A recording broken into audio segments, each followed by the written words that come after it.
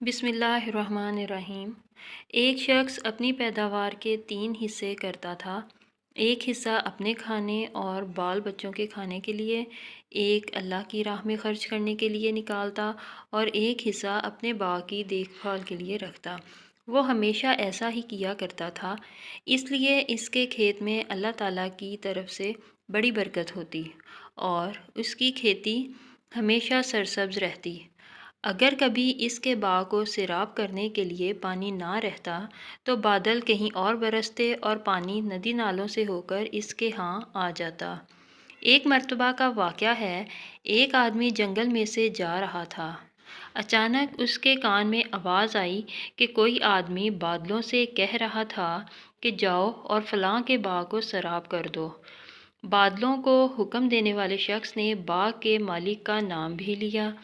چنانچہ وہ بادل وہاں سے ہٹ کر ایک پتھریلی زمین پر خوب موسلا دھار بارش برسائی۔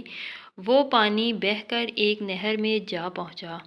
وہ نہر اس آدمی کے باغ میں آتی تھی۔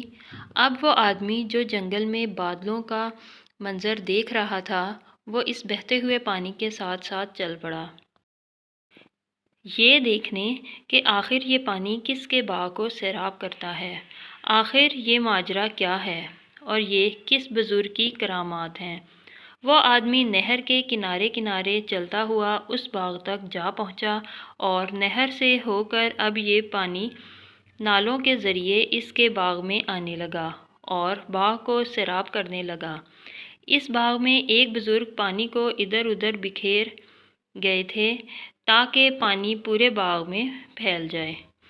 اس راہگیر مسافر نے ان سے دریافت کیا کہ حضرت آپ کا نام کیا ہے؟ اس بزرگ نے وہی نام بتایا جو اس مسافر نے بادلوں میں سنا تھا۔ بزرگ نے پوچھا کہ بھائی، آپ میرا نام کیوں دریافت کر رہے ہیں؟ کہ آپ کو مجھ سے کوئی کام ہے؟ اس مسافر نے بتایا کہ میں جنگل سے گزر رہا تھا، وہاں میں نے ایک عجیب منظر دیکھا کہ کوئی آدمی بادلوں سے کہہ رہا تھا کہ وہ آپ کے باغ کو جا کر سیراب کر دیں۔ اس آدمی نے آپ کا نام بتایا تھا۔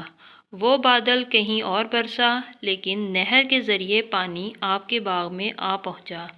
یہ عجیب و غریب منظر دیکھ کر اس کی حقیقت جاننے کے لیے اس بہتے پانی کے ساتھ چلتا آیا کہ دیکھوں کہ وہ کیسے بزرگ ہیں جن پر یہ خاص نظر رحمت ہے۔